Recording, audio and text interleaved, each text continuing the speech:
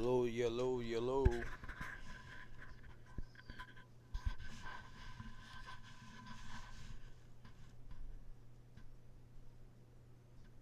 How's everybody doing?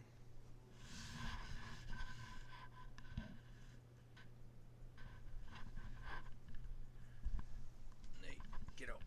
Get off from there. Come on. There we go.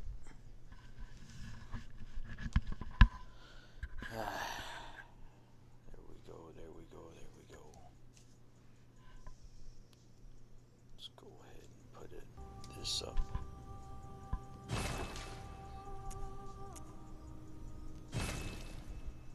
Oh, yeah. We have a new splitter. Well, you've come to the right place. Yarnum is the home of blood ministration. You need only unravel its mystery.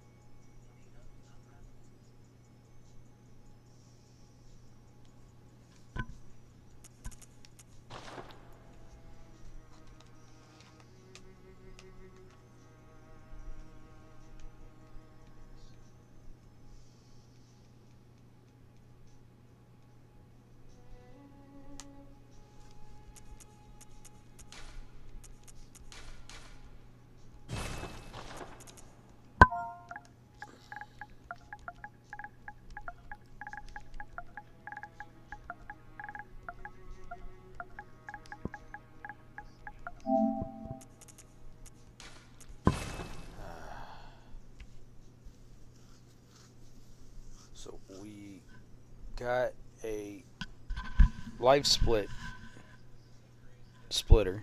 to where when we do races I can put that up there, and then I have a hit splitter that is what's currently up on the screen with all the base game bosses.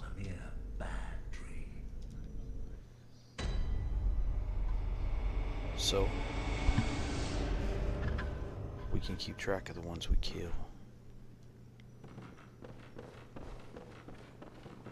I had to rearrange them because the order in which I do things is a bit different. Because usually what I would want to do is go to Dark Beast Pearl early, but I guess we're gonna do him once we actually get to where we're supposed to go.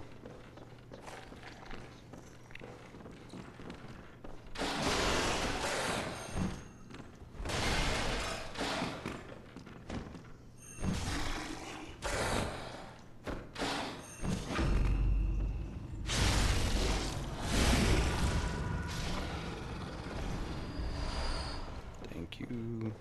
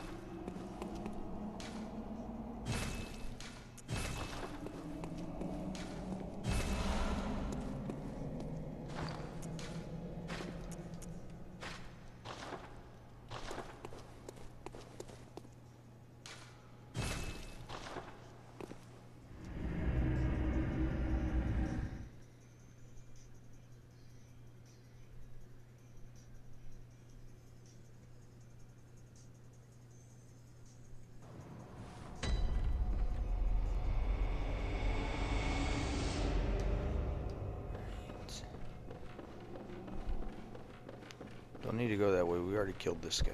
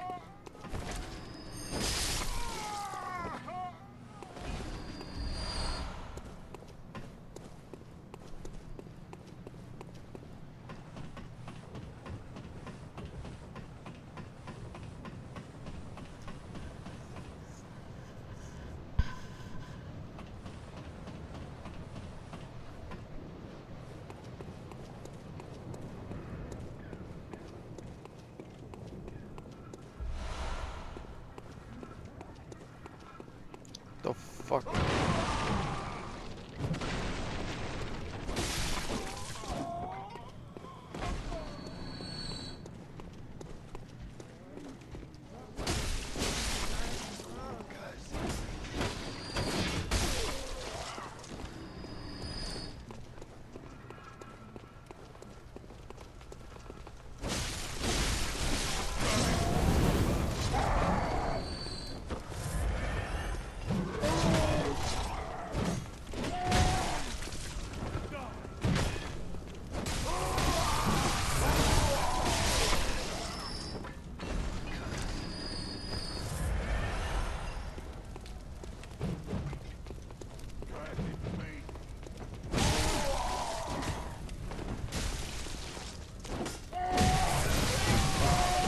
Motherfuck.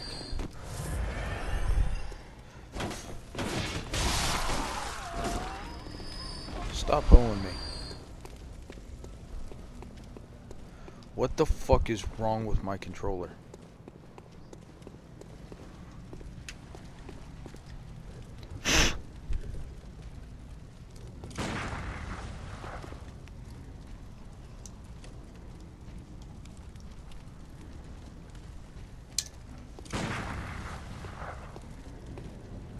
I'm not even touching it. Hold on.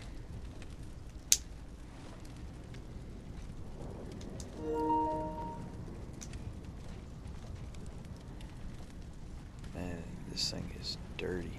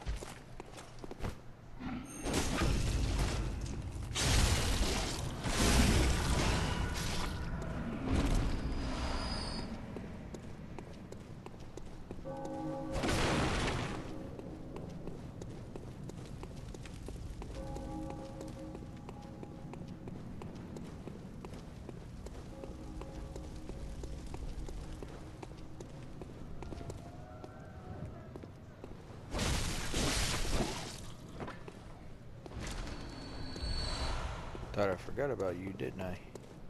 No, I didn't forget.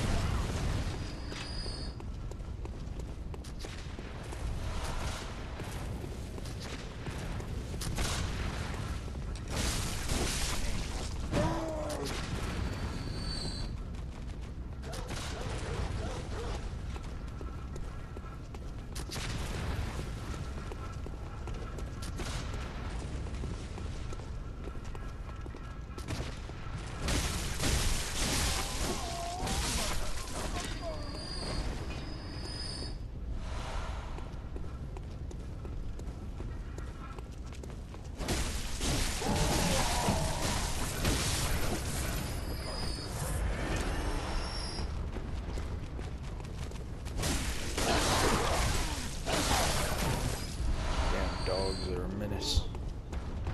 They're a menace to society, I tell you.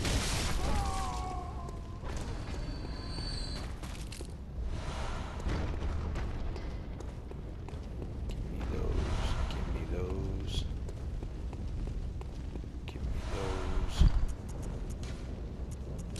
Oh, we forgot to pick up freaking Diddy Looker.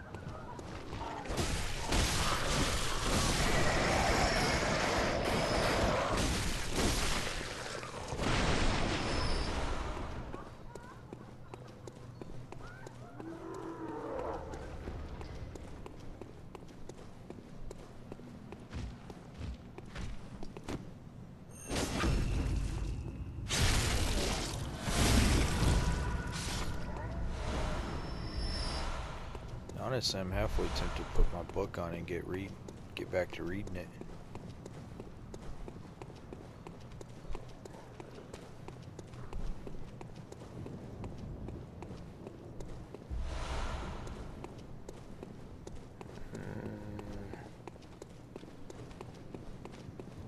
Yeah, I think that's what I'll do.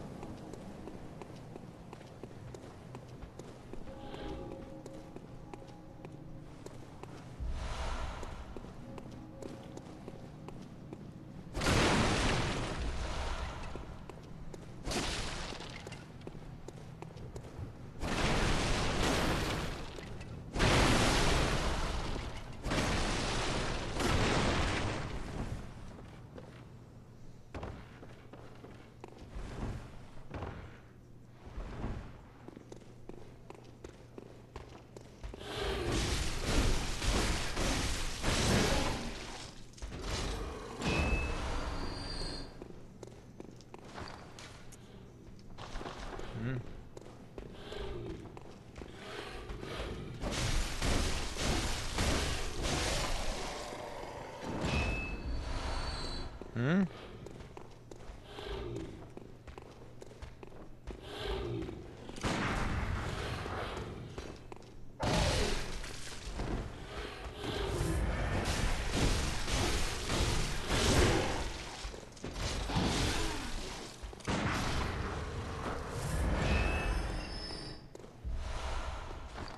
Hmm?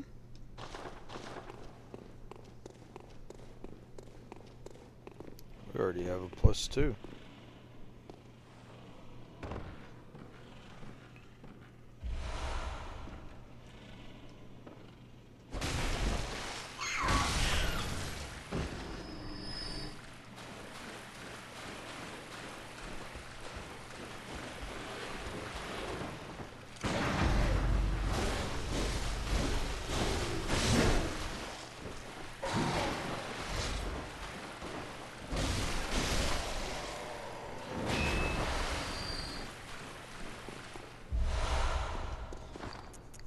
It would have definitely been too much to ask for that it gave me.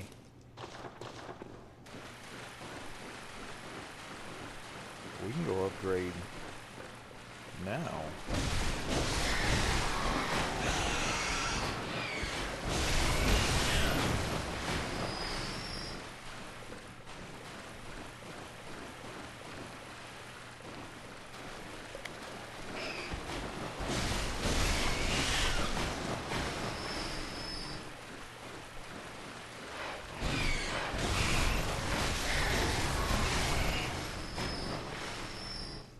Now one of these guys dropped fucking throwing knives. I think that's what we'll do.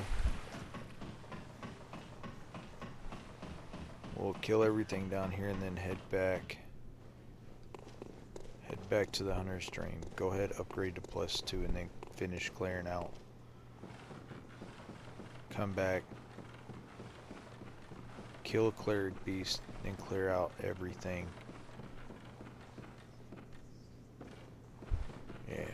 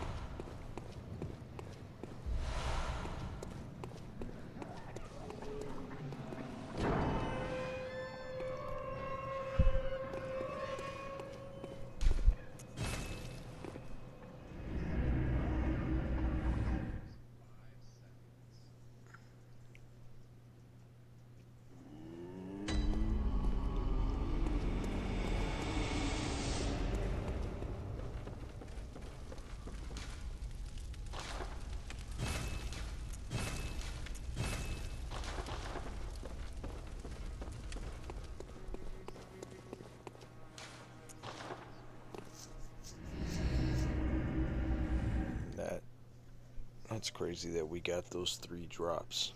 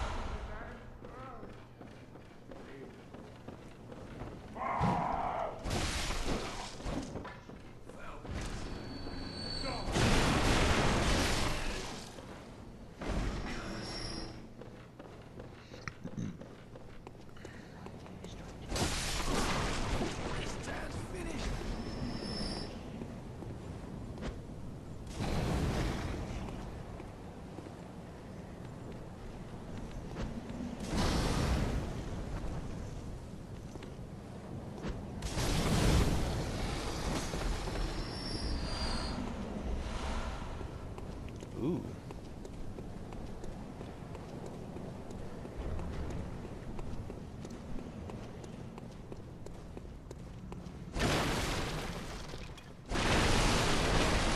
We want to get as many blood vials as we can get out of this level. Because I have no intention of paying for them when we get a good amount off of the enemies. And I'm used to these guys dropping about 8 of them.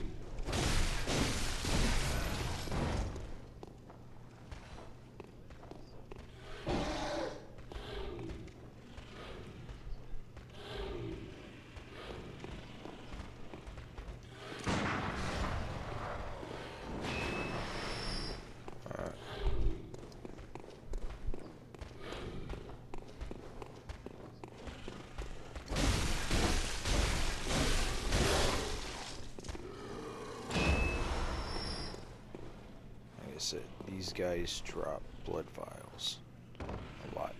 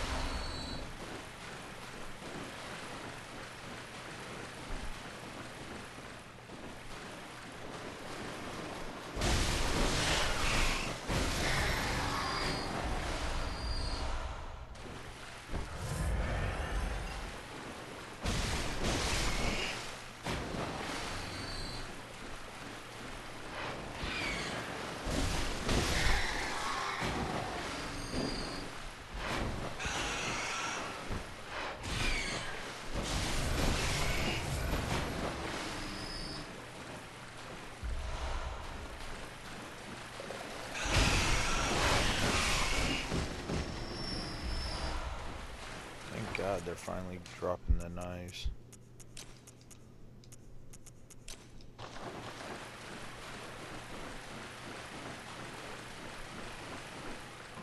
See here, we got 3. It's 11 blood vials.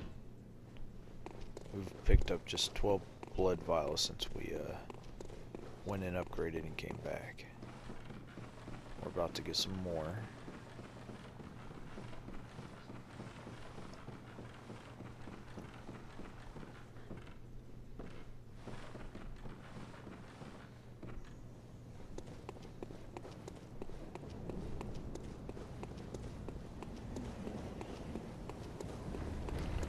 We're gonna come back, we're gonna kill the guys and the wolves down there. Not the wolf, the dogs. Kill the other troll.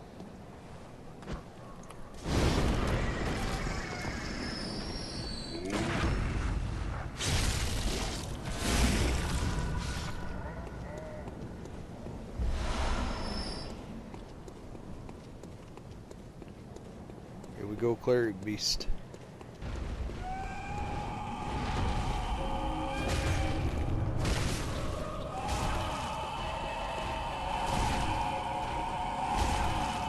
What the fucking fuck?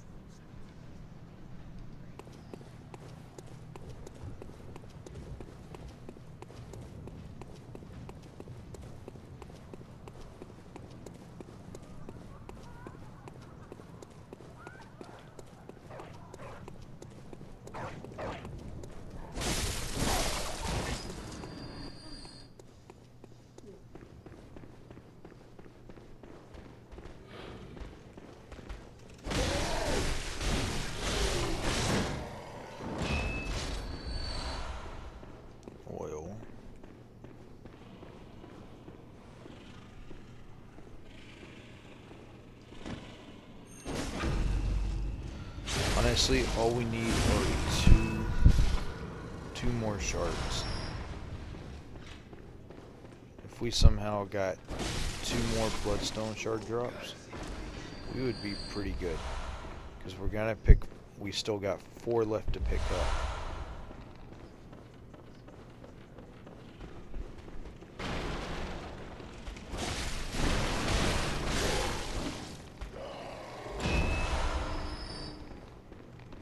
We ain't getting it from here, so there's 2 right there. We got a weapon right there.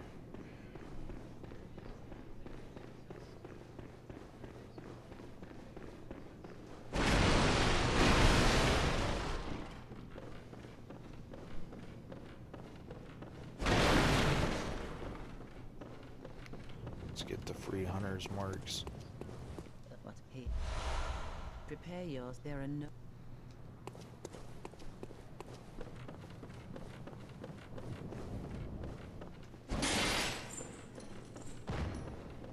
We got 2 shards in there.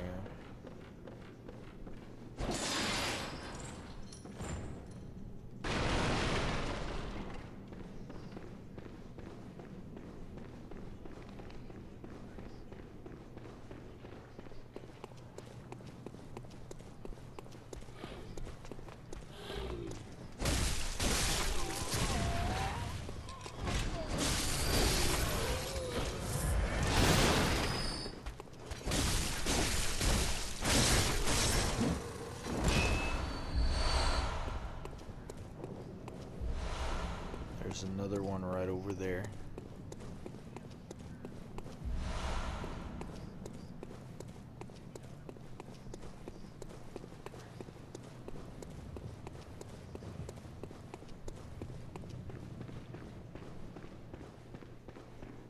Let's grab the 2.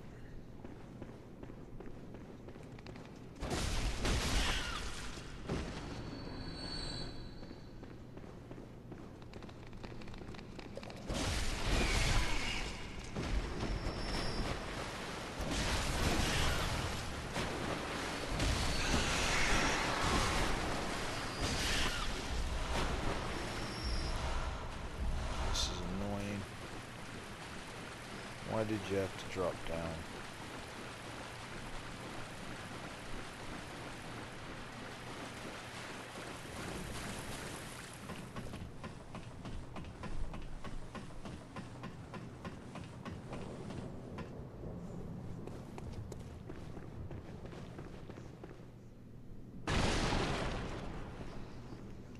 Let's see here real quick.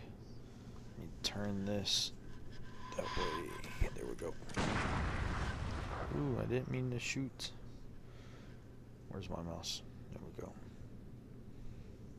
That up. Where's settings?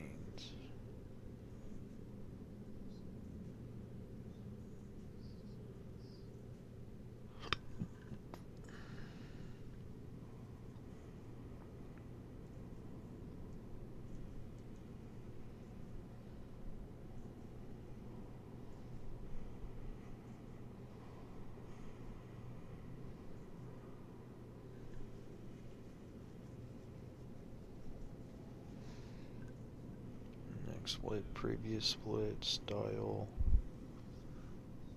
disable transparent, disable colored names.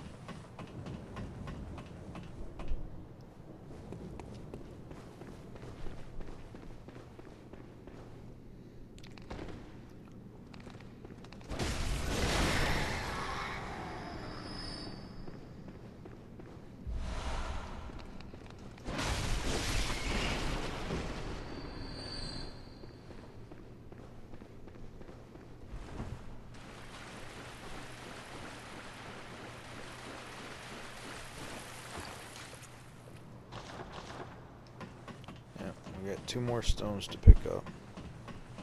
We got 2 more chances to get bloodstone shards. And we are gonna go. We are gonna pop back over to the drain to a well before we even attempt to fight Gascoigne. We are doing this deathless, so we'd rather put our earnings into so that way we have plenty of health.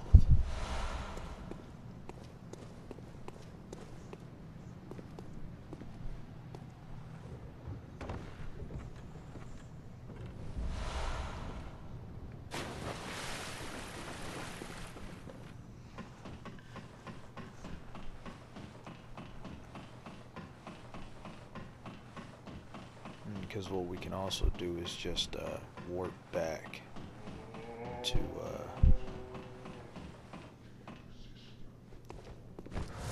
pop a hunter's mark and warp back to the beginning. We can always go through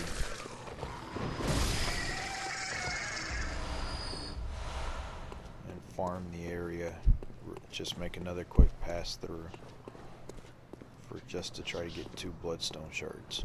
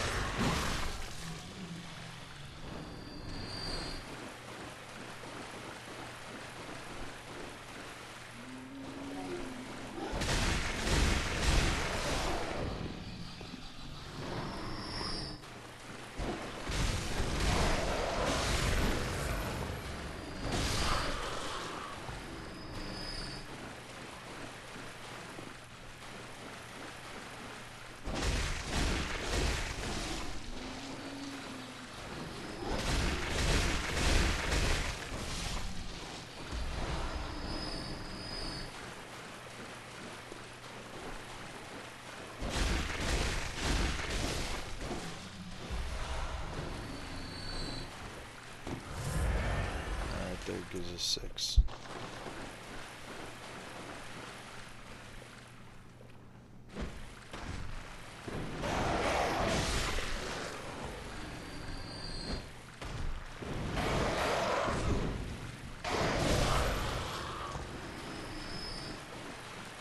I don't know why my guy doesn't step back after that.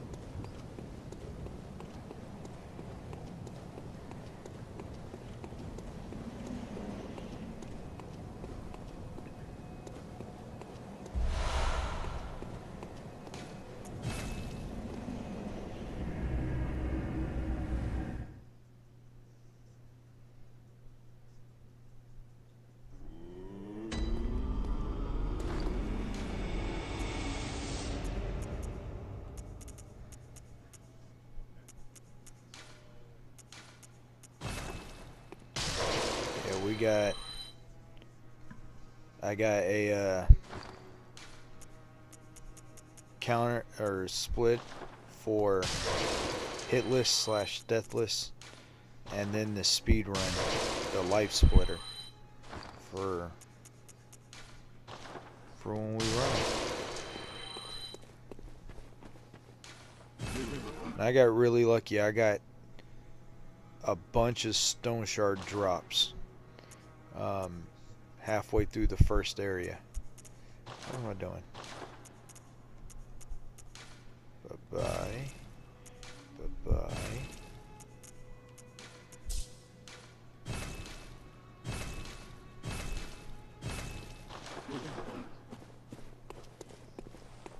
Hello, good I honor and you twin.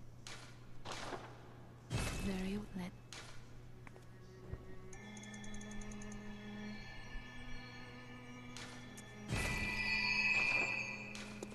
Farewell, good hunted maid.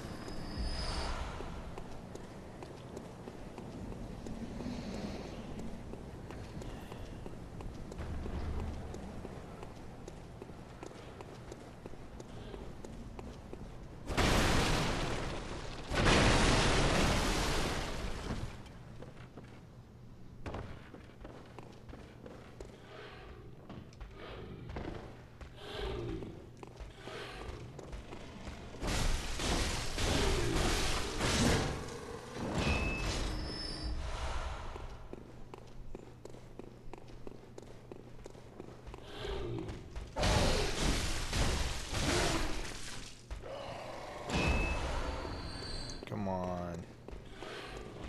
Y'all all dropped the shards on the very first run. All of y'all did. Just drop me. Y'all are being hoes.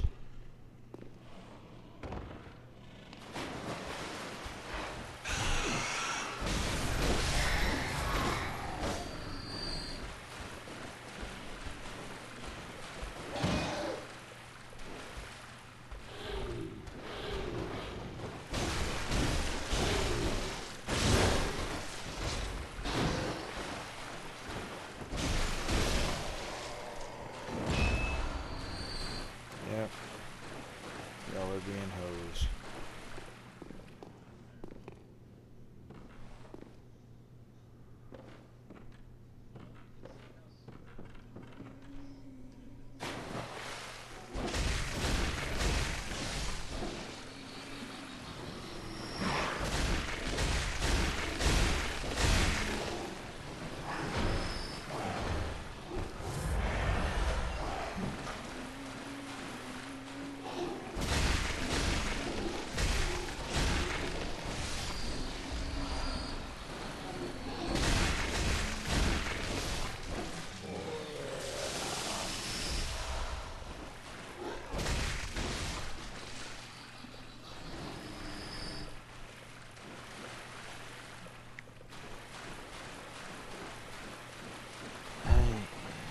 Go kill Gascoigne.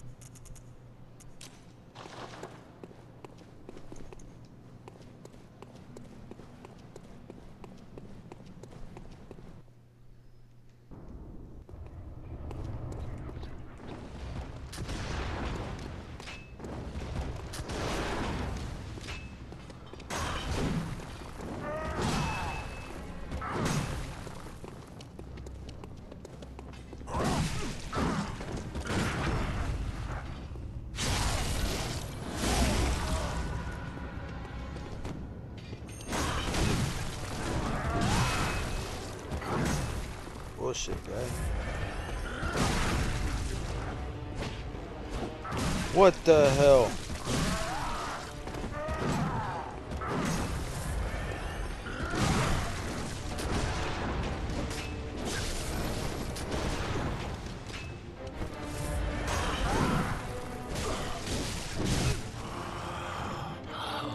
What's that smell?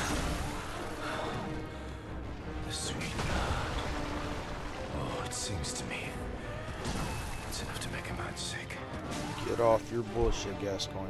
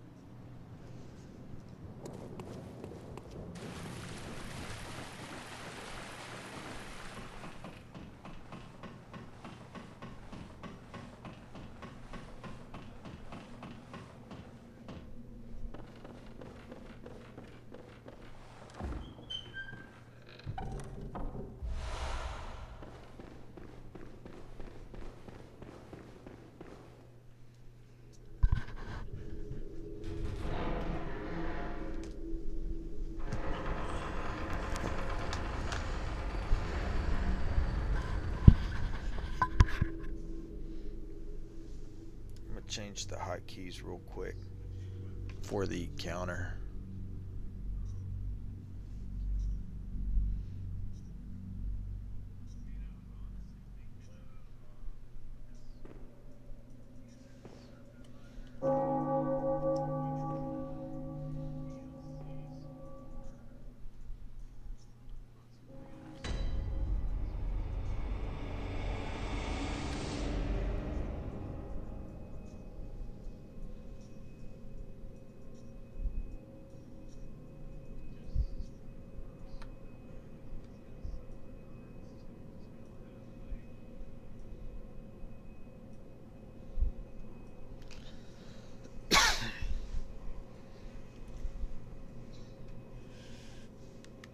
There we go.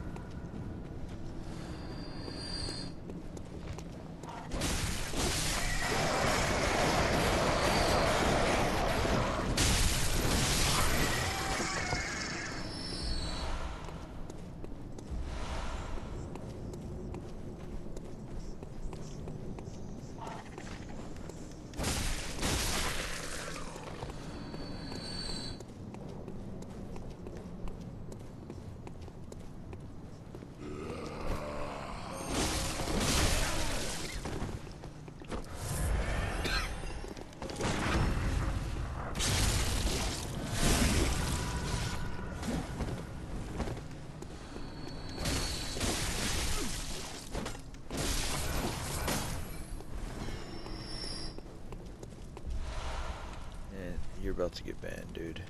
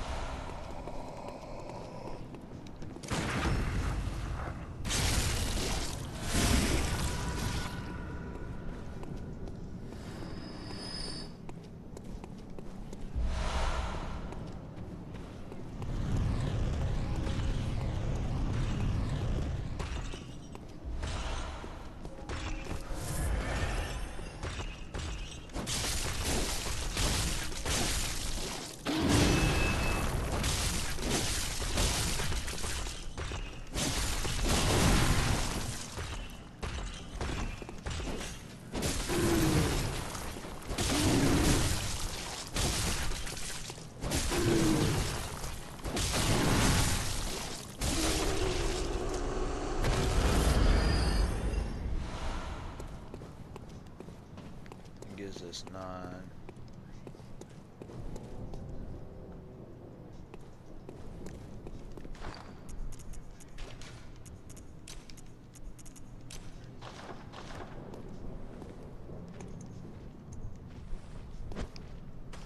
Oh shit.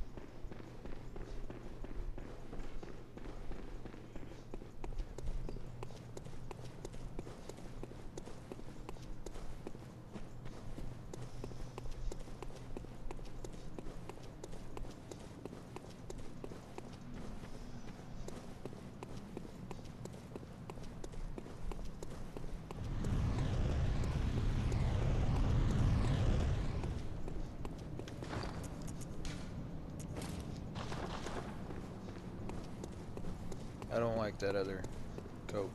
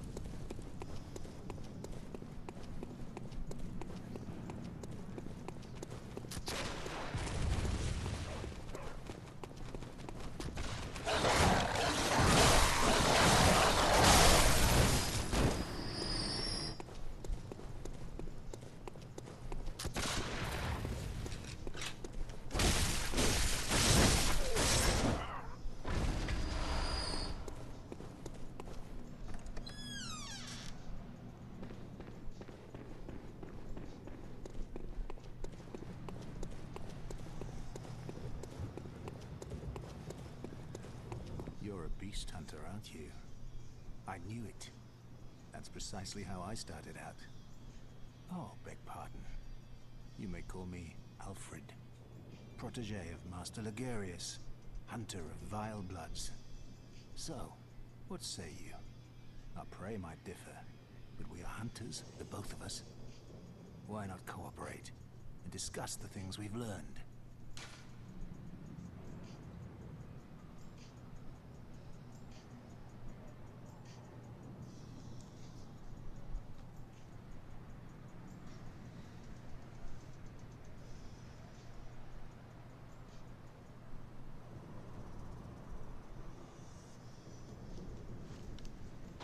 Oh, take this.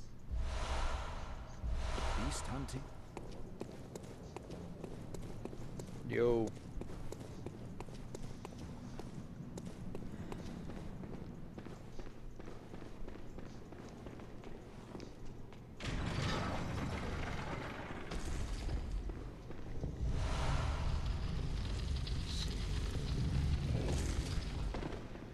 Beastie and the witches.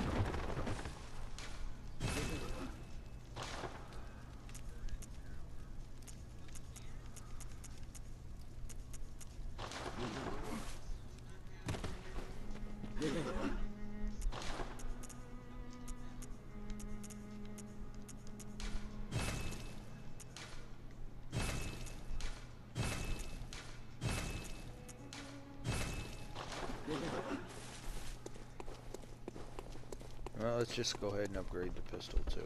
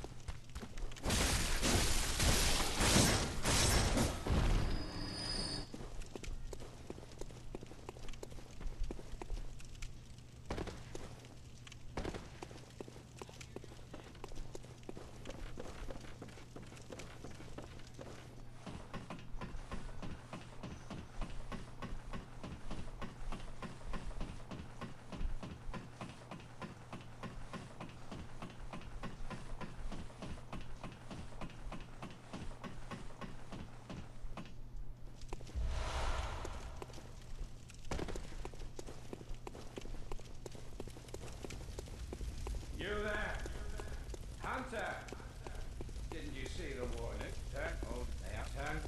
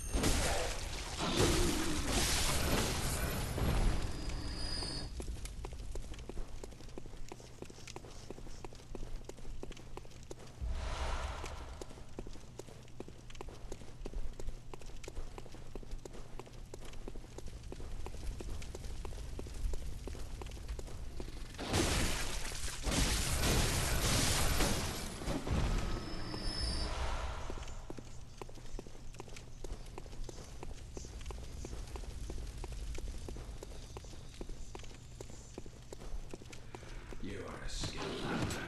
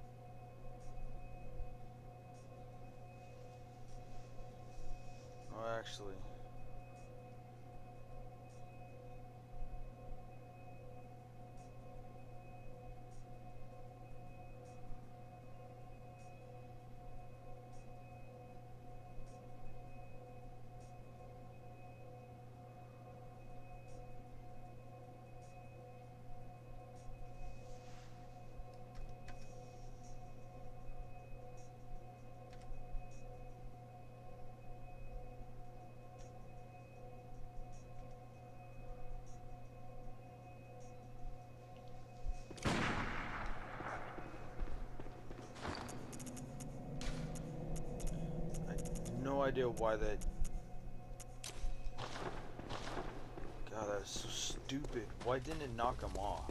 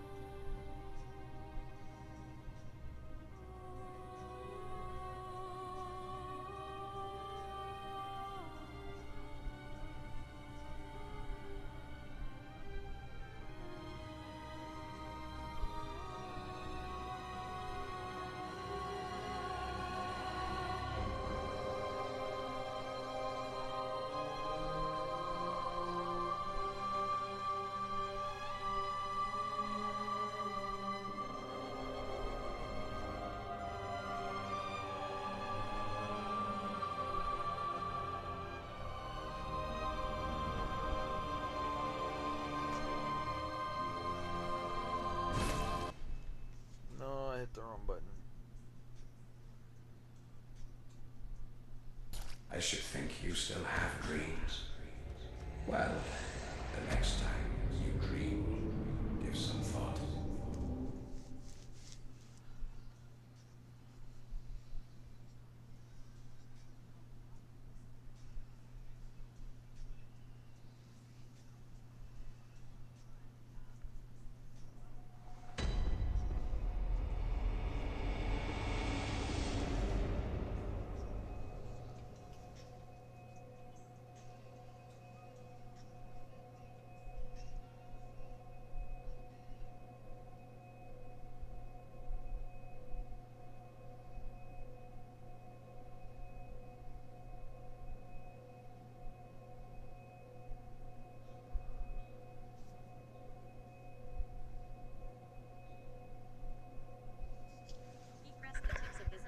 fingers together, his nails as round and bright as fish scales, and stared between the arches they formed toward the white horizon. Why are you here, Aragon? To complete my training. And what do you think that process entails? Aragon shifted uncomfortably, learning more about magic and fighting. Brahm wasn't able to finish teaching me everything that he knew. Magic, swordsmanship, and other such skills are useless unless you know how and when to apply them. This I will teach you. However, as Galbatorix has demonstrated, power without moral direction is the most dangerous force in the world. My main task, then, is to help you, Aragon and Saphira, to understand what principles guide you, so that you do not make the right choices for the wrong reasons. You must learn more about yourself, who you are and what you are capable of doing. That is why you are here. When do we begin? Asked Saphira. Oromas began to answer when he stiffened and dropped his flagon. His face went crimson and his fingers tightened into hooked claws that dragged at his robe like cocklebeers. The change was frightening and instantaneous. Before Aragon could do more than flinch, the elf had relaxed again, although his entire body now bespoke weariness. Concerned, Aragon dared to ask, "Are you well?" A trace of amusement lifted the corner of Oromas's mouth. Less so than I might wish. We elves fancy ourselves immortal, but not even we can escape certain maladies of the flesh, which are beyond our knowledge of magic to do more than delay. No, do not worry, it isn't contagious, but neither can I rid myself of it. He sighed. I have spent decades binding myself with hundreds of small, weak spells that, layered one upon another, duplicate the effect of enchantments that are now beyond my reach. I bound myself with them so that I might live long enough to witness the birth of the last dragons and to foster the riders' resurrection from the ruin of our mistakes. How long until? Oromas lifted a sharp eyebrow. How long until I die? We have time, but precious little for you or me, especially if the Varden decide to call upon your help. As a result, to answer your question, Saphira, we will begin your instruction immediately, and we will train faster than any rider ever has or ever will, for I must condense decades of knowledge into months and weeks. You do know, said Aragon, struggling against the embarrassment and shame that made his cheeks burn, about my own infirmity. He ground out the last word, hating the sound of it. I am as crippled as you are. Sympathy tempered Oromas's gaze, though his voice was firm. Aragon, you are only a cripple if you consider yourself one. I understand how you feel, but you must remain optimistic, for a negative outlook is more of a handicap than any physical injury. I speak from personal experience. Pitying yourself serves neither you nor Saphira. I and the other spellweavers will study your malady to see if we might devise a way to alleviate it, but in the meantime, your training will proceed as if nothing were amiss. Aragon's gut clenched and he tasted bile as he considered the implications. Surely Oromas wouldn't make me endure that torment again. The pain is unbearable, he said frantically. It would kill me. No, Aragon, it will not kill you. That much I know about your curse. However, we both have our duty, you to the Varden, and I to you. We cannot shirk it for the sake of mere pain. Far too much is at risk, and we can ill afford to fail. All Aragon could do was shake his head as panic threatened to overwhelm him. He tried to deny Oromas's words, but their truth was inescapable. Aragon, you must accept this burden freely. Have you no one or nothing that you are willing to sacrifice yourself for? His first thought was of Saphira, but he was not doing this for her. Nor for Nasuda, nor even for Arya. What drove him, then? When he had pledged fealty to Nasuda, he had done so for the good of Roran and the other people trapped within the Empire. But did they mean enough to him to put himself through such anguish? Yes, he decided. Yes, they do, because I am the only one who has a chance to help them, and because I won't be free of Galbatorix's shadow until they are as well. And because this is my only purpose in life. What else would I do? He shuddered as he mouthed the ghastly phrase, I accept on behalf of those I fight for, the people of Algesia, of all races, who have suffered from Galbatorix's brutality. No matter the pain, I swear that I will study harder than any student you had before. Oromas nodded gravely. I ask for nothing less. He looked at Glader for a moment, then said, stand and remove your tunic. Let me see what you are made of.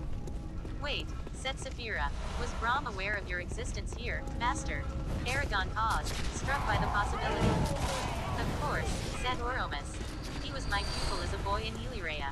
I am glad that you gave him a proper burial, for he had a hard life and few enough ever showed him kindness. I hope that he found peace before he entered the void. Aragon slowly frowned. Did you know Morzan as well? He was my apprentice before Brahm. And Galbatorix? I was one of the elders who denied him another dragon after his first was killed, but no, I never had the misfortune to teach him. He made sure to personally hunt down and kill each of his mentors. Aragon wanted to inquire further, but he knew that it would be better to wait, so he stood and unlaced the top of his tunic. It seems, he said to Saphira, that we will never learn all of Brahm's secrets. He shivered as he pulled off the tunic in the cool air, then squared his shoulders and lifted his chest. Oromas circled him, stopping with an astonished exclamation as he saw the scar that crossed Aragon's back.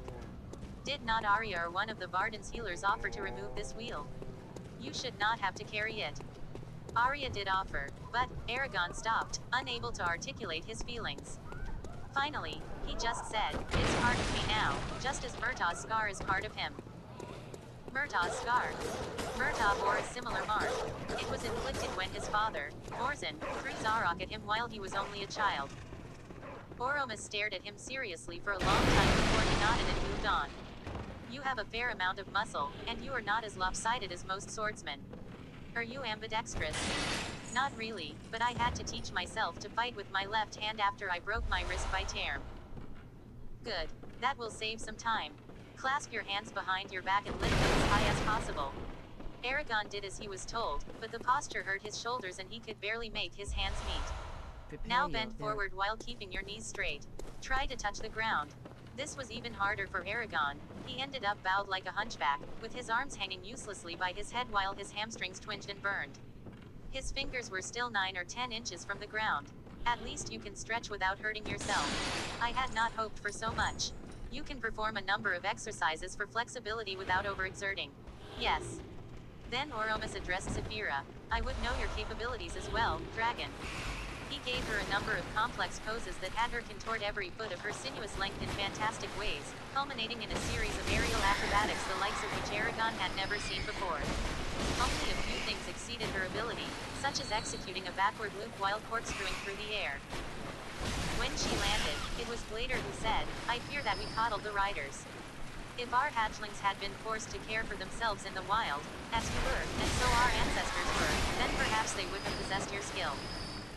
No, said Oromas, even if Saphira had been raised on Groingard using the established methods, she would still be an extraordinary flyer. I've rarely seen a dragon so naturally suited to the sky. Saphira blinked, then shuffled her wings and busied herself cleaning one of her claws in a manner that hid her head from view. You have room to improve, as do we all, but little, very little. The elf reseated himself, his back perfectly straight. For the next 5 hours, by Aragon's reckoning, Oromas delved into every aspect that was in Saphira's knowledge, from botany to woodworking to metallurgy and medicine, although he mainly concentrated on their grasp of history and the ancient language. The interrogation comforted Aragon, as it reminded him of how Brahm used to quiz him during their long treks to Term and Dros Leona. When they broke for lunch, Oromas invited Aragon into his house, leaving the 2 dragons alone. The elf's quarters were barren except for those few essentials necessary for food, hygiene, and the pursuit of an intellectual life. 2 entire walls were dotted with cubbyholes that held hundreds of scrolls. Next to the table hung a golden sheath, the same color as Blair's scales, and a matching sword with a blade the color of iridescent bronze. On the inner pane of the door, set within the heart of the wood, was a flat panel 1 span high and 2 wide. It depicted a beautiful, towering city built against an escarpment and caught in the ruddy light of a rising harvest moon. The pitted lunar face was bisected by the horizon and appeared to sit on the ground like a maculated dome as large as a mountain. The picture was so clear and perfectly detailed, Aragon at first took it to be a magical window. It was only when he saw that the image was indeed static that he could accept it as a piece of art.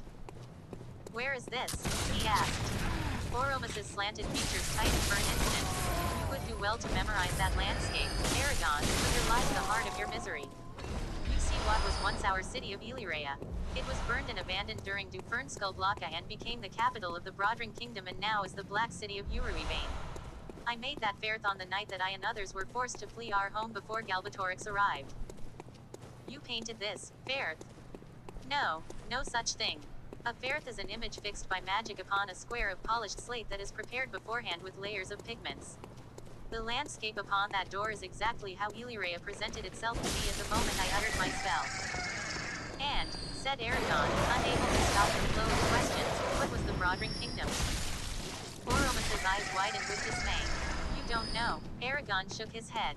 How can you not? Considering your circumstances and the fear that Galbatorix wields among your people, I might understand that you were raised in darkness, ignorant of your heritage. But I cannot credit Brom with being so lax with your instructions to neglect subjects who need enough as elf or dwarf knows. The children of your Varden could tell me more about the past. Brom was more concerned with keeping me alive than teaching me about people who are already dead, retorted Aragon. This drew silence from Oromus. Finally, he said, forgive me. I did not mean to impugn Brom's judgment, only I am impatient beyond reason. We have so little time, and each new thing you must learn reduces that which you can master during your tenure here. He opened a series of cupboards hidden within the curved wall and removed bread rolls and bowls of fruit, which he wrote out on the table. He paused for a moment over the food with his eyes closed before beginning to eat. The Broadring Kingdom was the humans' country before the riders fell. After Galbatorix killed Briel, he flew on Illyria with the Forsworn and deposed King Ancrenus, taking his throne and titles for his own. The Broadring Kingdom then formed the core of Galbatorix's conquests. He added Groingard and other lands to the east and south to his holdings, creating the empire you are familiar with. Technically, the Broadring Kingdom still exists, though, at this point, I doubt that it is much more than a name on royal decrees. Afraid to pester the elf with further inquiries, Aragon concentrated on his food.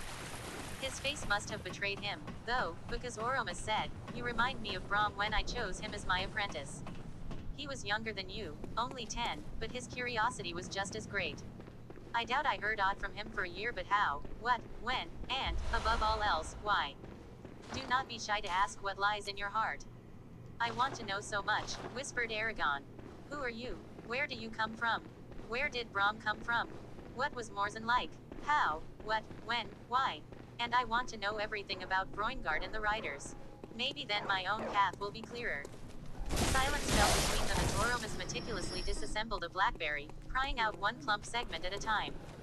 When the last corpuscle vanished between his port red lips, he rubbed his hands flat together, polishing his palms, as Garo used to say, and said, know this about me, then, I was born some centuries past in our city of Lutavira, which stood in the woods by Lake Tudocet. At the age of 20, like all elf children, I was presented to the eggs that the dragons had given the riders, and later hatched for me. We were trained as riders, and for near a century, we traveled the world over, doing Briel's will.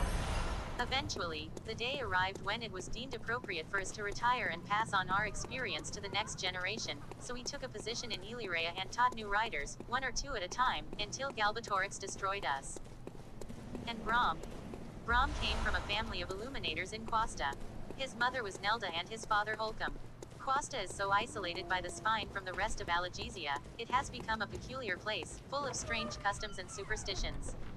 When he was still new to Illyria, Brom would knock on a door frame 3 times before entering or leaving a room.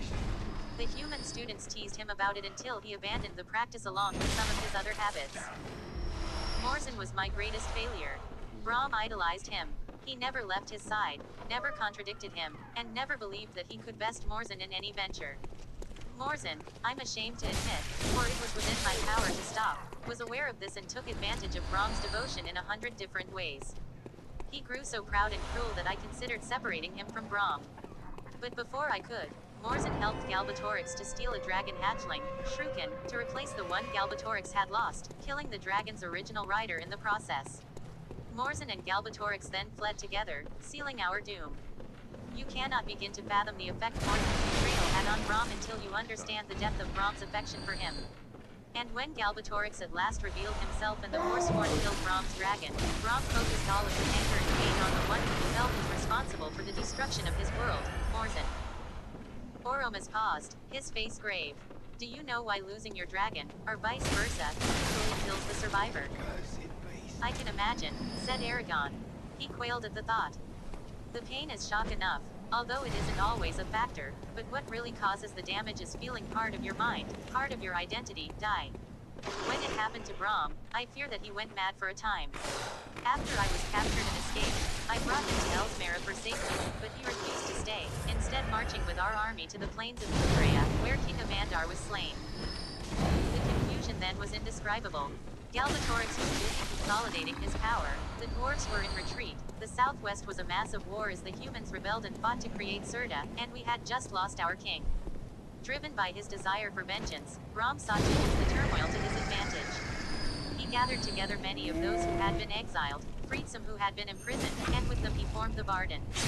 He led them for a few years, then surrendered the position to another so that he was free to pursue his true passion, which was Morzen's downfall. Brom personally killed 3 of the Forsworn, including Morzen, and he was responsible for the deaths of 5 others. He was rarely happy during his life, but he was a good rider and a good man, and I am honored to have known him. I never heard his name mentioned in connection to the Forsworn's deaths, objected Aragon.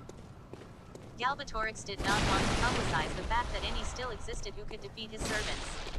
Much of his power resides in the appearance of invulnerability. Once again, Aragon was forced to revise his conception of Brom, from the village storyteller that Aragon had first taken him to be, to the warrior and magician he had traveled with, to the rider he was at last revealed as, and now firebrand, revolutionary leader, and assassin. It was hard to reconcile all of those roles. I feel as if I barely knew him. I wish that we had had a chance to talk about all of this at least once. He was a good man, agreed Aragon. He looked out one of the round windows that faced the edge of the cliff and allowed the afternoon warmth to suffuse the room.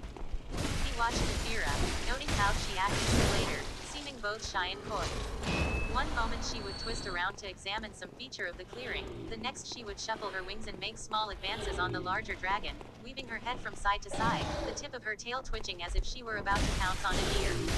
She reminded Aragon of a kitten trying to bait an old tomcat into playing with her, only Glader remained impassive throughout her machinations.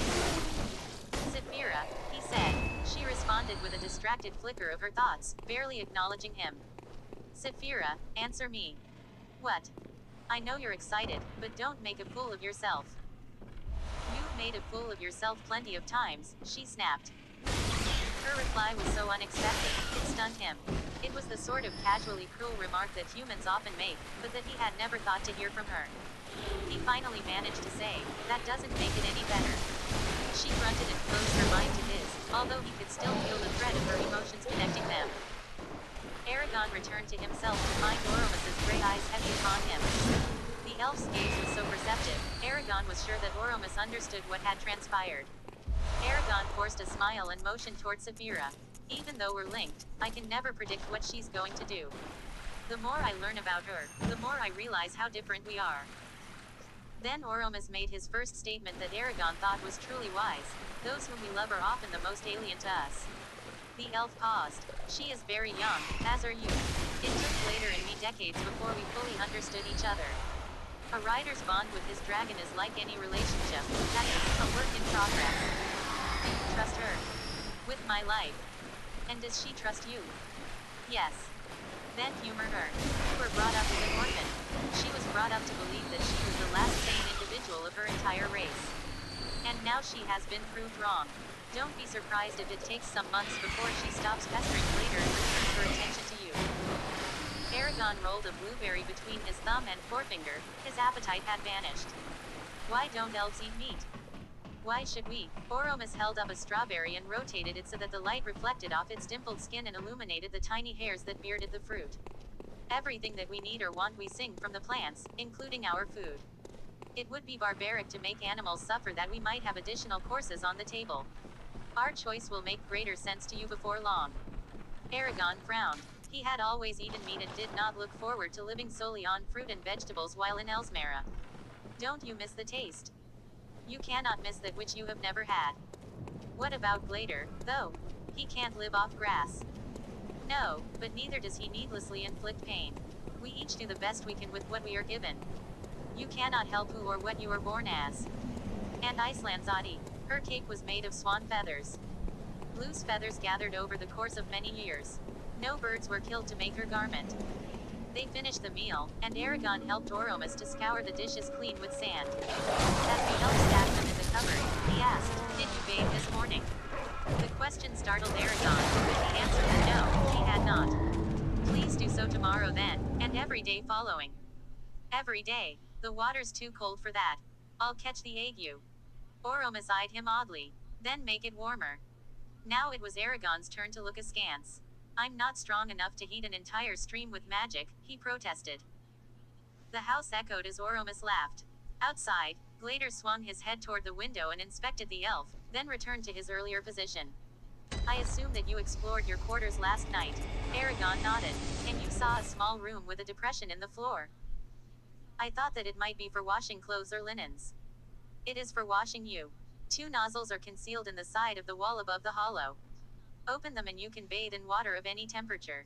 Also, he gestured at Aragon's chin, while you are my student, I expect you to keep yourself clean-shaven until you can grow a full beard, if you so choose, and not look like a tree with half its leaves blown off.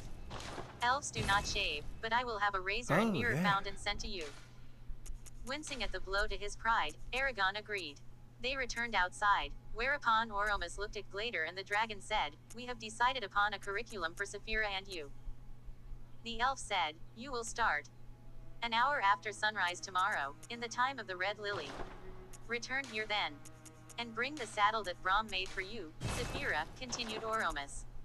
"Do what you wish in the meantime. Elsmera holds many wonders for a foreigner, if you care to see them." "I'll keep that in mind," said Aragon, bowing his head. "Before I go, Master, I want to thank you for helping me in Trondheim after I killed Durza. I doubt that I would have survived without your assistance. I am in your debt."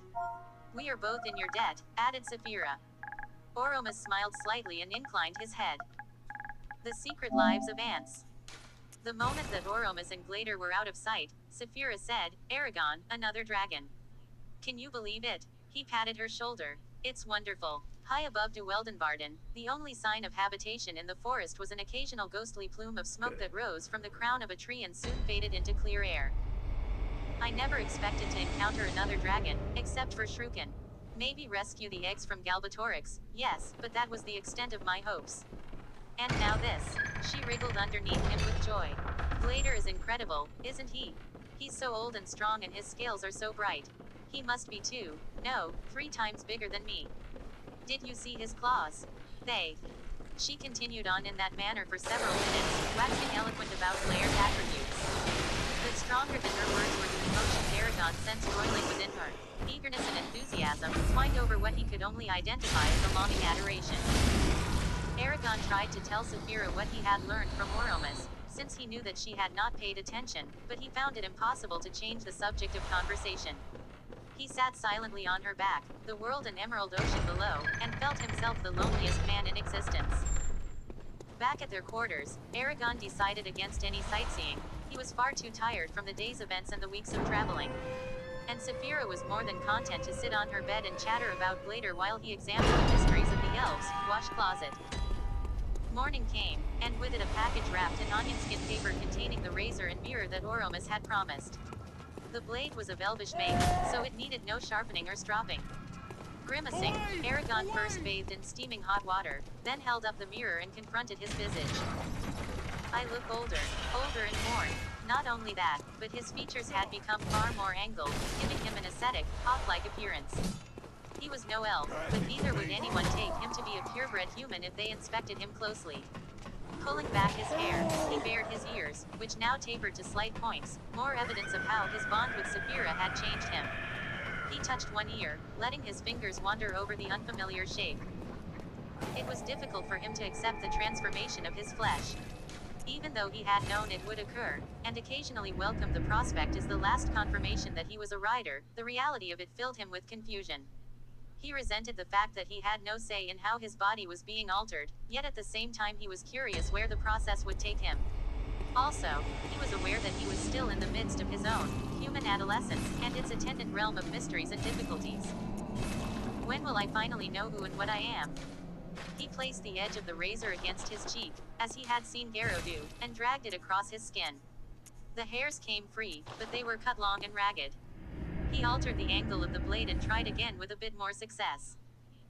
When he reached his chin, though, the razor slipped in his hand and cut him from the corner of his mouth to the underside of his jaw. He held and dropped the razor, clapping his hand over the incision, which poured blood down his neck. Spitting the words past bared teeth, he said, "Ways Heil."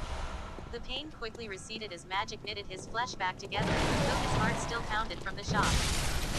"Aragon," cried Saphira. She forced her head and shoulders into the vestibule and nosed open the door to the closet, flaring her nostrils at the scent of blood. "I'll live," he assured her. She eyed the sanguine water.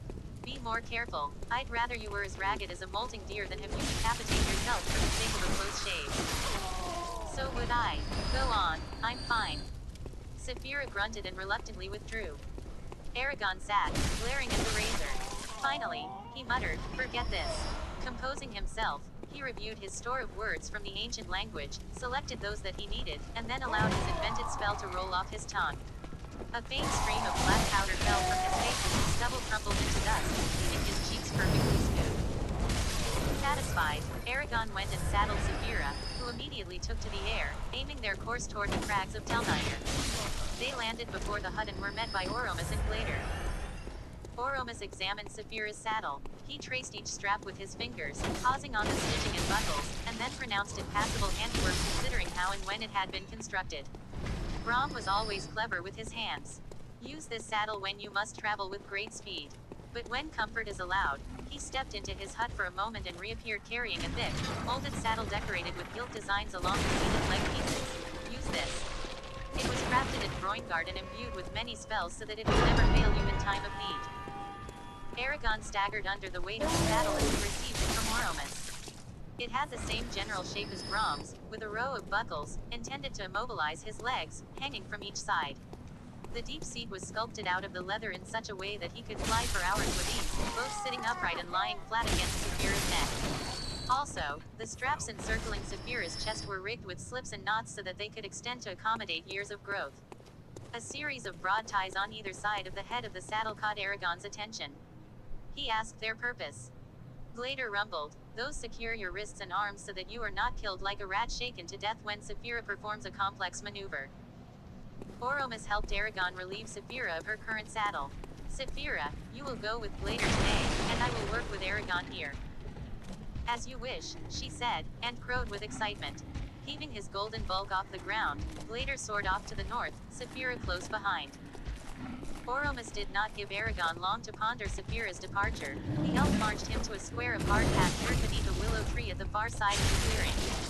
Standing opposite him in the square, Oromus said, what I am about to show you is called the Rimgar, or the dance of snake and crane. It is a series of poses that we developed to prepare our warriors for combat, although all elves use it now to maintain their health and fitness. The Rimgar consists of 4 levels, each more difficult than the last. We will start with the first. Apprehension for the coming ordeal sickened Aragon to the point where he could barely move. He clenched his fists and hunched his shoulders, his scar tugging at the skin of his back as he glared between his feet.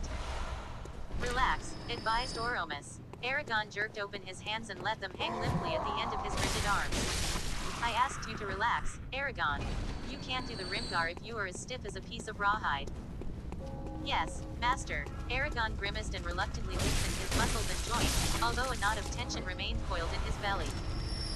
Place your feet together and your arms at your sides. Look straight ahead. Now take a deep breath and lift your arms over your head so that your palms meet. Yes, like that. Exhale and bend down as far as you can. Put your palms on the ground, take another breath, and jump back. Good. Breathe in and bend up, looking toward the sky, and exhale, with your hips until you form a triangle. Breathe in through the back of your throat, and out. In, and out, in. To Aragon's utter relief, the stances proved gentle enough to hold without igniting the pain in his back, yet challenging enough that sweat beaded his forehead and he panted for breath. He found himself grinning with joy at his reprieve. His weariness evaporated and he flowed through the postures, most of which far exceeded his flexibility, with more energy and confidence than he had possessed since before the battle in Farthendur. Maybe I healed. Oromus performed the Rimgar with him, displaying a level of strength and flexibility that astounded Aragon, especially for one so old. The elf could touch his forehead to his toes. Throughout the exercise, Oromus remained impeccably composed, as if he were doing no more than strolling down a garden path. His instruction was calmer and more patient than Brom's, yet completely unyielding. No deviation was allowed from the correct path. Let us wash the sweat from our limbs, said Oromus when they finished. Going to the stream by the house, they quickly disrobed. Aragon surreptitiously watched the elf, curious as to what he looked like without his clothes. Oromus was very thin, yet his muscles were perfectly defined, etched under his skin with the hard lines of a woodcut. No hair grew upon his chest or legs, not even around his groin. His body seemed almost freakish to Aragon, compared to the men he was used to seeing in Carbajal, although it had a certain refined elegance to it, like that of a wildcat. When they were clean, Oromas took Aragon deep into the Welkenbard into a hollow where the dark trees leaned inward, obscuring the sky behind branches and veils of snarled lichen. Their feet sank into the moss above their ankles. All was silent about them.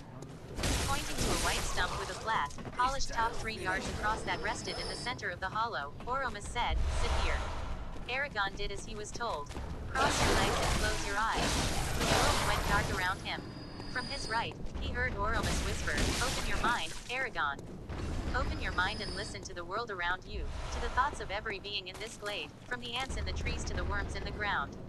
Listen until you can hear them all and you understand their purpose and nature. Listen, and when you hear no more, come tell me what you have learned." Then the forest was quiet. Unsure if Oromas had left, Aragon tentatively lowered the barriers around his mind and reached out with his consciousness, like he did when trying to contact Saphira at a great distance. Initially only a void surrounded him, but then pricks of light and warmth began to appear in the darkness, strengthening until he sat in the midst of a galaxy of swirling constellations, each bright point representing light.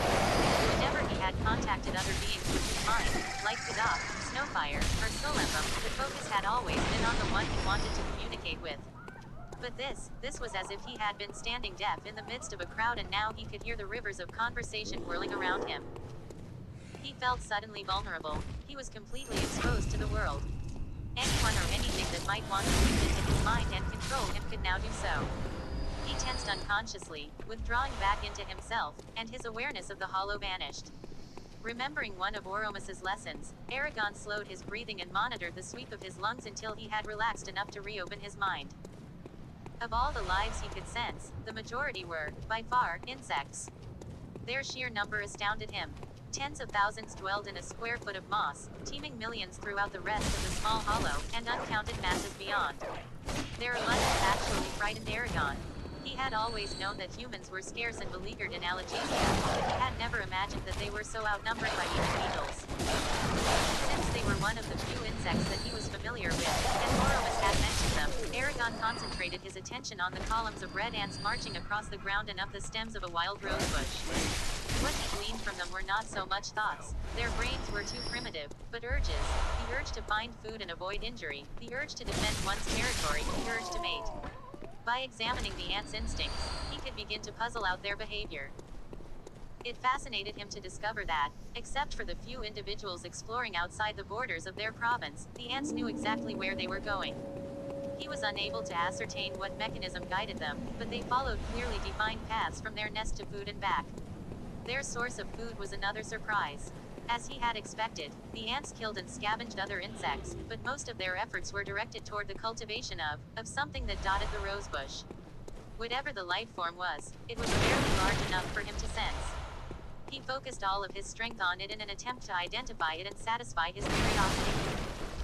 The answer was so simple, he laughed out loud when he comprehended it: aphids. The ants were acting as shepherds for aphids, driving and protecting them, as well as extracting sustenance from them by massaging the aphids' bellies with the tips of their antennae. Aragon could hardly believe it, but the longer he watched, the more he became convinced that he was correct. He traced the ants underground into their complex matrix of warrens and studied how they cared for a certain member of their species that was several times bigger than a normal ant.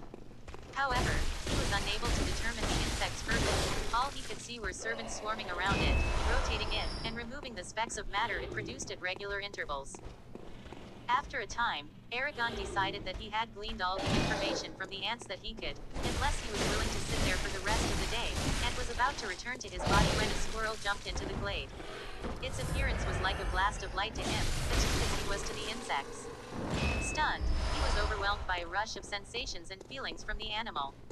He smelled the forest with its nose, felt the bark give under his hooked claws and the air swish through his upraised plume of a tail. Compared to an ant, the squirrel burned with energy and possessed unquestionable intelligence. Then it leapt to another branch and faded from his awareness. The forest seemed much darker and quieter than before when Aragon opened his eyes. He took a deep breath and looked about, appreciating for the first time how much life existed in the world. Unfolding his cramped legs, he walked over to the rosebush.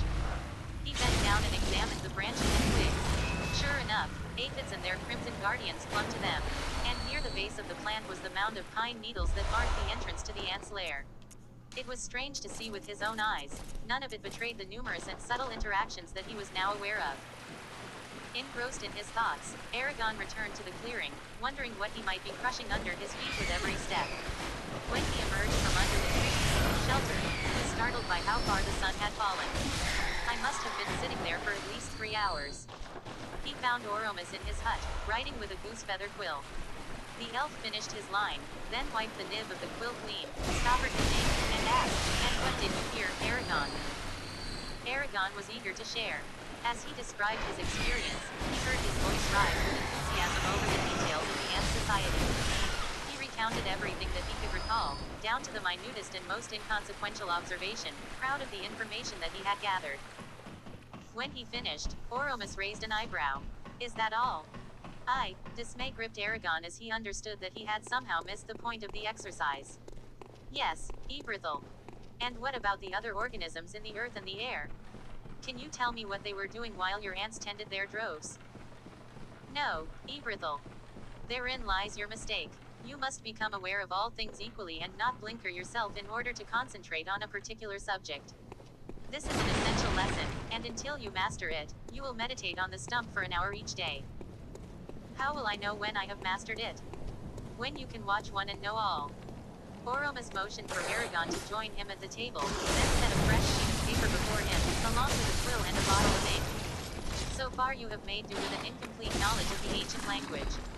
Not that any of us knows all the words in the language, but you must be familiar with its grammar and structure so that you do not kill yourself through an incorrectly placed verb or similar mistake. I do not expect you to speak our language like an elf. That would take a lifetime, but I do expect you to achieve unconscious competence. That is, you must be able to use it without thinking. In addition, you must learn to read and write the ancient language. Not only will this help you to memorize words, it is an essential skill if you need to compose an especially long spell and you don't trust your memory, or if you find such a spell recorded and you want to use it. Every race has evolved their own system of writing the ancient language. The dwarves use their runic alphabet, as do humans. They are only makeshift techniques, though, and are incapable of expressing the language's true subtleties as well as our Lituan Kavaidi, the poetic script. The Lituan Kavaidi was designed to be as elegant, beautiful, and precise as possible. It is composed of 42 different shapes that represent various sounds. These shapes can be combined in a nearly infinite range of glyphs that represent both individual words and entire phrases. The symbol on your ring is one such glyph. The symbol on Zarok is another. Let us start. What are the basic vowel sounds of the ancient language? What? Aragon's ignorance of the underpinnings of the ancient language quickly became apparent. When he had traveled with Brahm, the old storyteller had concentrated on having Aragon memorize lists of words that he might need to survive, as well as perfecting his pronunciation. In those two areas, he excelled, but he could not even explain the difference between a definite and indefinite article. If the gaps in his education frustrated Oromas, the elf did not betray it through word or action, but labored persistently to mend them. At a certain point during the lesson, Aragon commented, "I've never needed very many words in my spells." Brahm said it was a gift that I could do so much with just Brizzing R. I think the most I ever said in the ancient language was when I spoke to Arya in her mind and when I blessed an orphan in Farthendur. "You blessed a child in the ancient language?" asked Oromas, suddenly alert. "Do you remember how you worded this blessing?" "I recite it for me." Aragon did so, and a look of pure horror engulfed Oromas. He exclaimed, "You used Scoliar. Are you sure? Wasn't it Scoliaro?" Aragon frowned. "No, Scoliar. Why shouldn't I have used it? Scoliar means shielded. And may you be shielded from misfortune. It would be a blessing." That was no blessing, but a curse. Oromas was more agitated than Aragon had ever seen him. The suffix O forms the past tense of verbs ending with R and I. Scoliaro means shielded, but Scoliar means shield. What he said was, "May luck and happiness follow you and may you be a shield from misfortune." Instead of protecting this child from the vagaries of fate, you condemned her to be a sacrifice for others, to absorb their misery and suffering so that they might live in peace. No, it can't be. Aragon recoiled from the possibility. The effect a spell has isn't only determined by the word's sense, but also by your intent, and I didn't intend to harm. You cannot gainsay a word's inherent nature.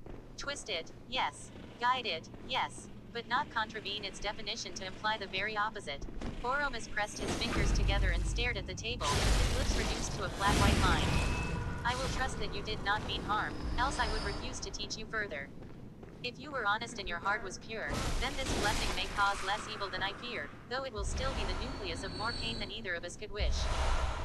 Violent trembling overtook Aragon as he realized what he had done to the child's life. It may not undo my mistake, he said, but perhaps it will alleviate it. Saphira marked the girl on the brow, just like she marked my palm with the Gedway Ignatia. For the first time in his life, Aragon witnessed an elf dumbstruck. Oromus's gray eyes widened, his mouth opened, and he clutched the arms of his chair until the wood groaned with protest. One who bears the sign of the riders, and yet is not a rider, he murmured. In all my years, I have never met anyone such as the two of you. Every decision you make seems to have an impact far beyond what anyone could anticipate. You change the world with your whims. Is that good or bad? Neither, it just is. Where is the babe now? It took a moment for Aragon to compose his thoughts. With the Varden, either in Farthendur or Serta. Do you think that Saphira's mark will help her? I know not, said Oromus. No precedent exists to draw upon for wisdom. There must be ways to remove the blessing and to negate a spell. Aragon was almost pleading. There are, but for them to be most effective, you should be the one to apply them, and you cannot be spared here. Even under the best of circumstances, remnants of your magic will haunt this girl evermore. Such is the power of the ancient language. He paused. I see that you understand the gravity of the situation, so I will say this only once. You bear full responsibility for this girl's doom, and, because of the wrong you did her, it is incumbent upon you to help her if ever the opportunity should arise. By the writers, law, she is your shame as surely as if you had begotten her out of wedlock, a disgrace among humans, if I remember correctly. I, whispered Aragon. I understand. I understand that I forced a defenseless baby to pursue a certain destiny without ever giving her a choice in the matter. Can someone be truly good if they never have the opportunity to act badly? I made her a slave. He also knew that if he had been bound in that manner without permission, he would hate his jailer with every fiber of his being. Then we will speak of this no more. Yes, Ebrithel. Aragon was still subdued, even depressed, by the end of the day. He barely looked up when they went outside to meet Saphira and Glader upon their return. The trees shook from the fury of the gale that the two dragons created with their wings. Saphira seemed proud of herself. She arched her neck and pranced toward Aragon, opening her chops in a lupine grin. A stone cracked under Glader's weight as the ancient dragon turned a giant eye, as large as a dinner platter, on Aragon and asked, what are the rules 3 to spotting downdrafts, and the rules 5 for escaping them? Startled out of his reverie, Aragon could only blink dumbly. I don't know. Then Oromus confronted Saphira and asked, what creatures do ants farm, and how do they extract food from them? I wouldn't know, declared Saphira. She sounded affronted. A gleam of anger leapt into Oromus's eyes and he crossed his arms, though his expression remained calm. After all the two of you have done together, I would think that you had learned the most basic lesson of being Shiratugal, share everything with your partner. Would you cut off your right arm? Would you fly with only one wing? Never. Then why would you ignore the bond that links you? By doing so, you reject your greatest gift and your advantage over any single opponent. Nor should you just talk to each other with your minds, but rather mingle your consciousnesses until you act and think as one. I expect both of you to know what either one of you is taught. What about our privacy? Objected Aragon. Privacy, said Glader. Keep your thoughts to thyself when you leave here, if it pleases you, but while we tutor you, you have no privacy. Aragon looked at Saphira, feeling even worse than before. She avoided his gaze, then stamped a foot and faced him directly. What? They're right. We have been negligent. It's not my fault. I didn't say that it was. She had guessed his opinion, though. He resented the attention she lavished on Glader and how it drew her away from him. We'll do better, won't we? Of course, she snapped.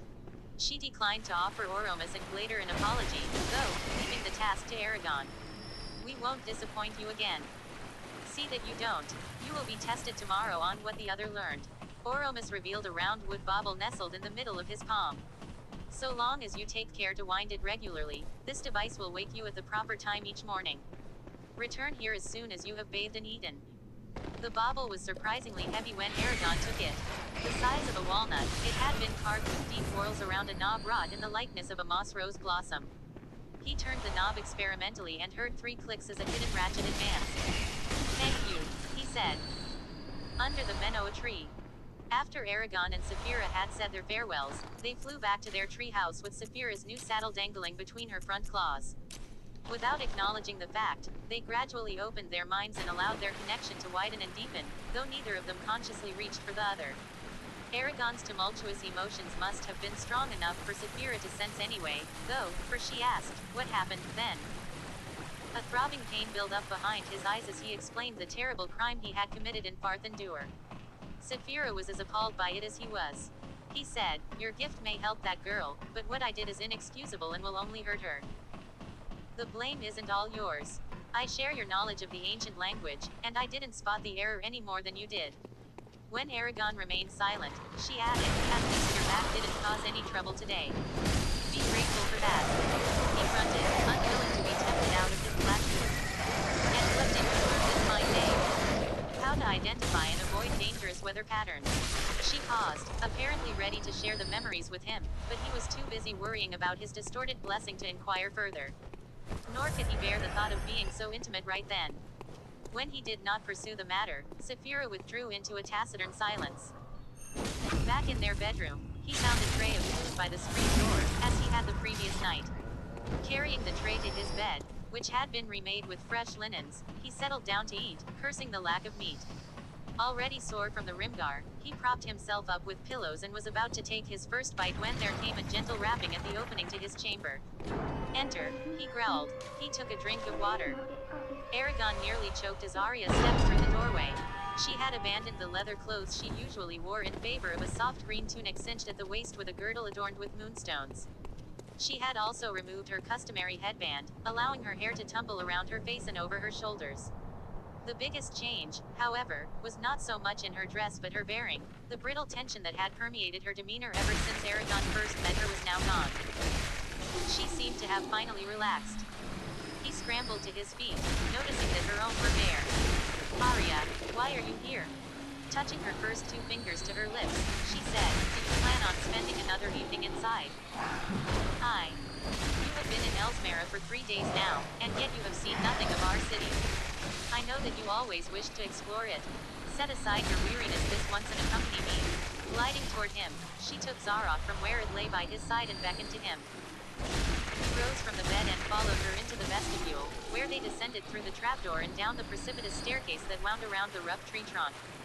Overhead, the gathering clouds glowed with the sun's last rays before it was extinguished behind the edge of the world.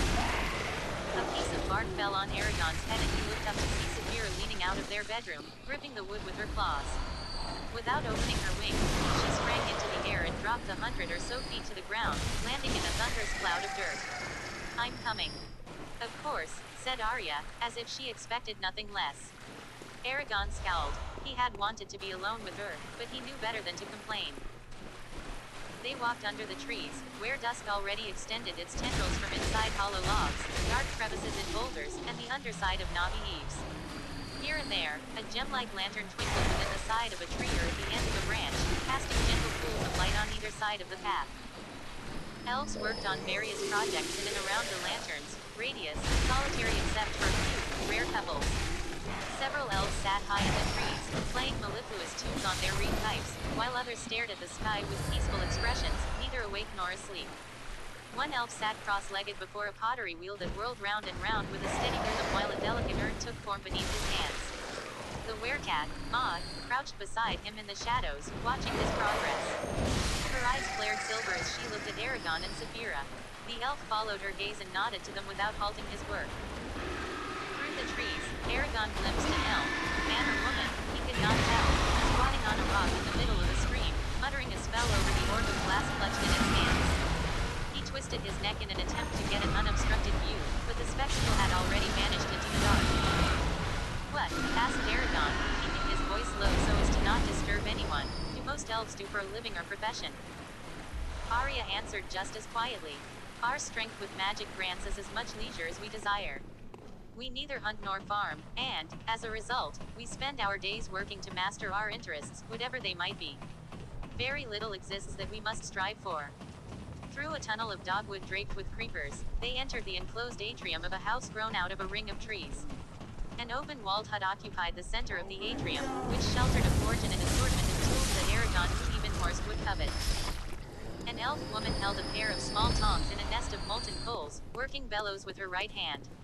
With uncanny speed, she pulled the tongs from the fire, revealing a ring of white-hot steel clamped in the pincers.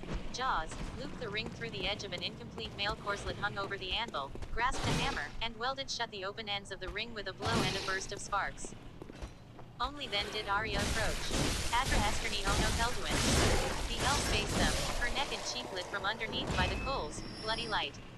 Like taut wires embedded in her skin, her face was scribed with a delicate pattern of lines, the greatest display of age Aragon had seen in an elf. She gave no response to Arya, which he knew was offensive and discourteous, especially since the queen's daughter had honored her by speaking first. Rune and Elda, I have brought you the newest rider, Aragon Shadeslayer. I heard you were dead, said Runan to Arya. Runan's voice guttered and rasped unlike any other elf's. It reminded Aragon of the old men of Carbajal who sat on the porches outside their houses, smoking pipes and telling stories. Arya smiled. When did you last leave your house, Runan? You should know.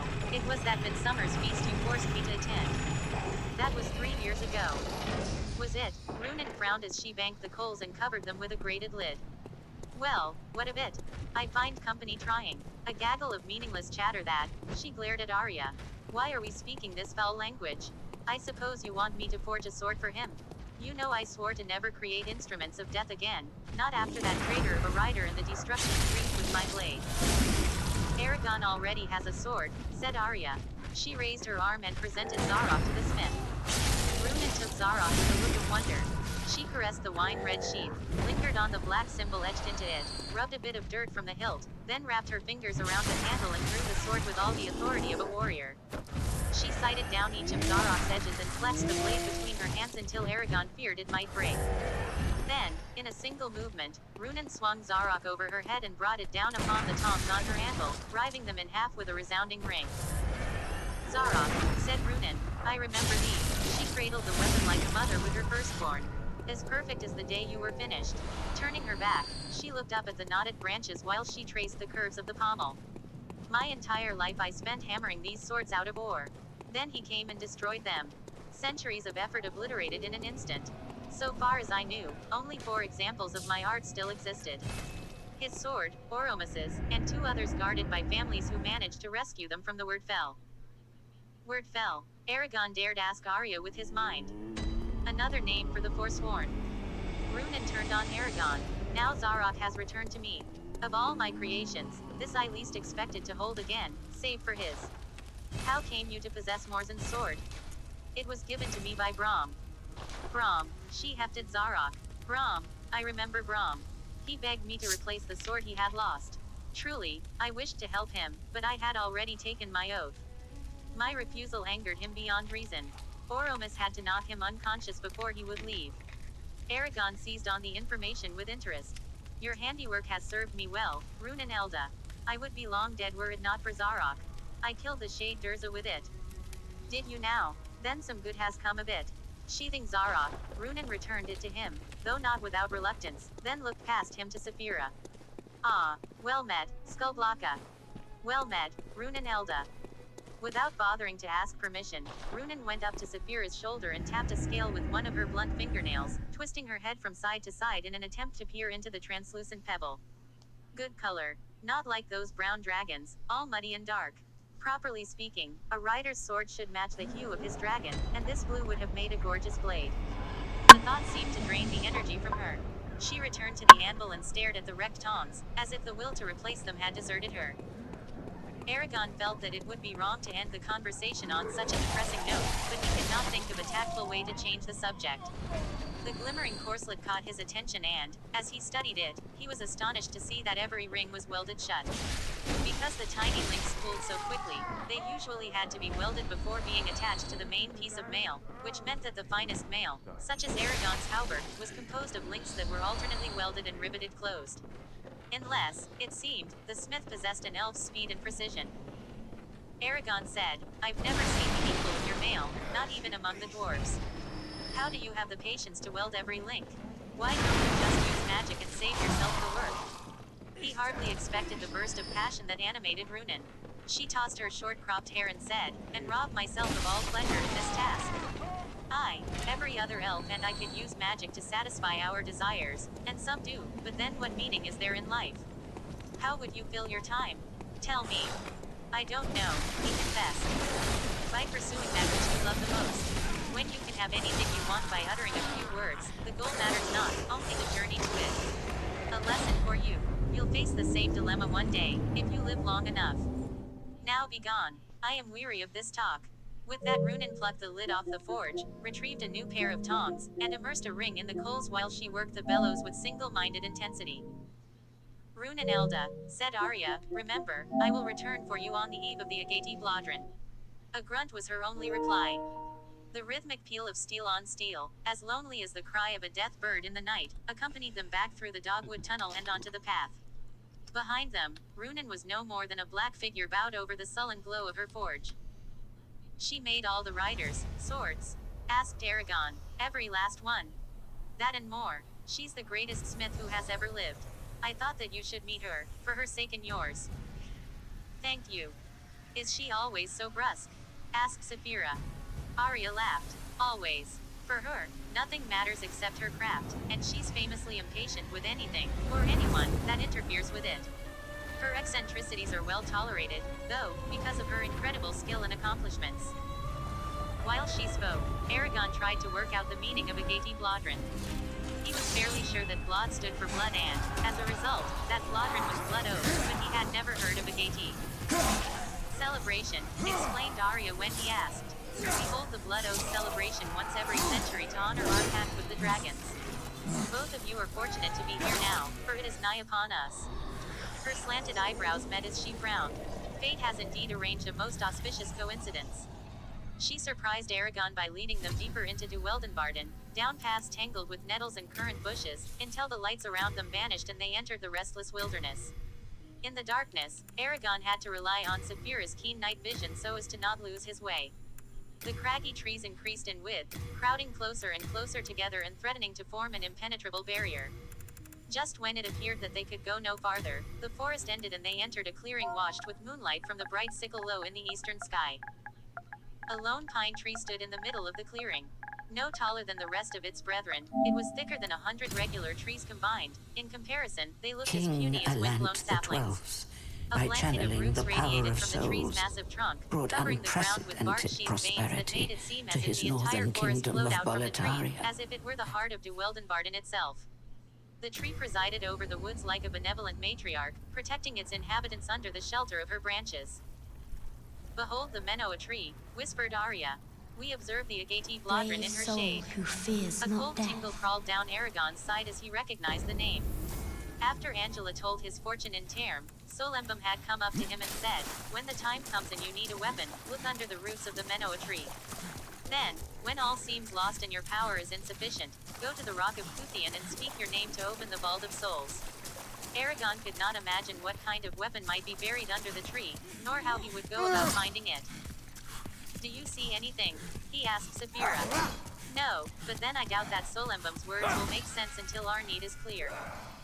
Aragon told Arya about both parts of the Werecats Council, although, as he had with a Jihad and Icelandzadi, he kept Angela's prophecy a secret because of its personal nature, and because he feared that it might lead Arya to guess his attraction to her. When he finished, Arya said, "Werecats rarely offer help, and when they do, it's not to be ignored. So far as I know, no weapon is hidden here, not even in song or legend. As for the Rock of Kuthian, the name echoes in my head like a voice from a half-forgotten dream, familiar yet strange. I've heard it before, though I cannot recall where." As they approached the Menoa tree, Aragon's attention was caught by the multitude of ants crawling over the roots. Faint black smudges were all he could see of the insects, but Oromus's assignment had sensitized him to the currents of life around him, and he could feel the ants' primitive consciousness with his mind. He lowered his defenses and allowed his awareness to flood outward, lightly touching Saphira and Arya and then expanding beyond them to see what else lived in the clearing. With unexpected suddenness, he encountered an immense entity, a sentient being of such a colossal nature, he could not grasp the limits of its psyche. Even Oromus's vast intellect, which Aragon had been in contact with in Farth and Duer, was dwarfed in comparison to this presence.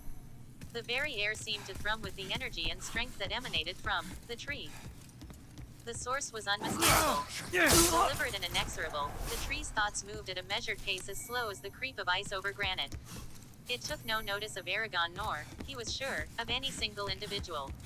It was entirely concerned with the affairs of things that grow and flourish in the bright sunlight, the dogbane and the lily, the evening primrose and the silky foxglove and the yellow mustard tall beside the crown apple with its purple blossoms. "It's awake," exclaimed Aragon, shocked into speaking. "I mean, it's intelligent." He knew that Saphira felt it too. She cocked her head toward the Menoa tree, as if listening, then flew to one of its branches, which were as thick as the road from Carvajal to Thurinsford. There she perched with her tail hanging free, waving the tip of it back and forth, ever so gracefully.